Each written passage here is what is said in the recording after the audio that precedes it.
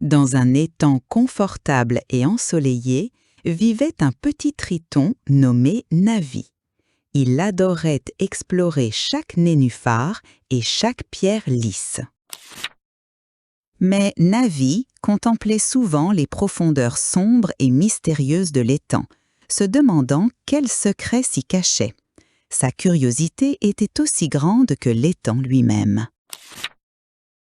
Un soir, alors que le crépuscule peignait le ciel, d'étranges lumières douces ont commencé à briller au fond de l'eau. Elles pulsaient d'un rythme doux et hypnotique. « Qu'est-ce que ça peut être ?» murmura Navi, son petit cœur battant d'excitation. Il n'avait jamais rien vu de tel auparavant.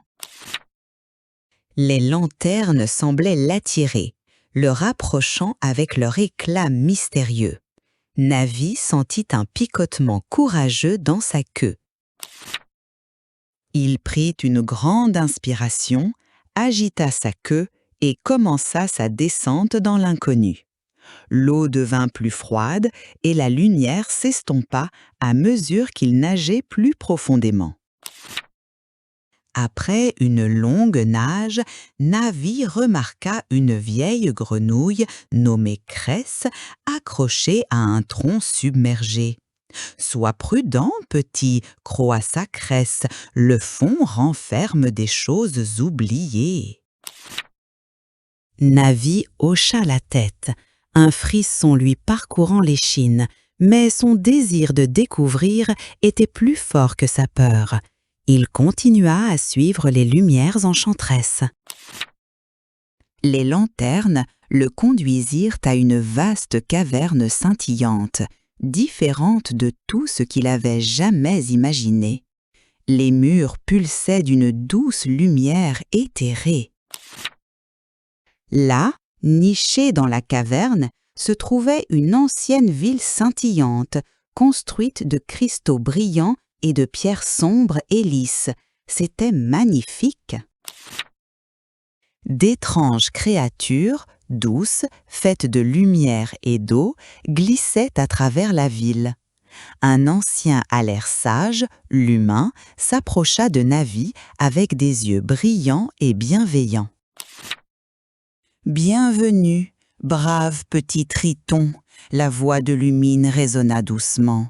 « Nous sommes les habitants de la lumière et nous sommes piégés ici depuis des lustres, oubliés du monde d'en haut. » Lumine expliqua qu'un grand éboulement il y a longtemps avait scellé leur ville, les coupant de la surface et de la lumière des étoiles qu'ils chérissaient.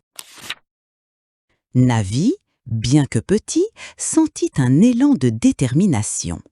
Il regarda leurs visages tristes et doux et sut qu'il devait aider ses amis oubliés. Il passa des jours à explorer les passages complexes de la ville, à la recherche d'une issue. Il remarqua d'étranges sculptures et un ancien levier utilisé près du plafond de la caverne. D'une puissante poussée, Navi activa le levier. Lentement, avec un grondement profond, un passage caché au-dessus de la ville commença à s'ouvrir, révélant une faible lueur de lumière. Une clameur s'éleva des habitants de la lumière.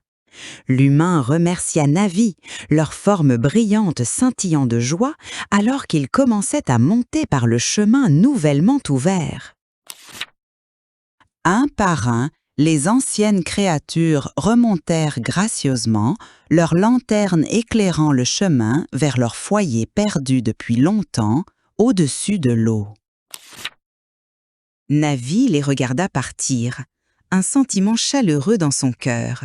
Il dit au revoir à Lumine, sachant que son courage avait ramené l'espoir à toute une ville.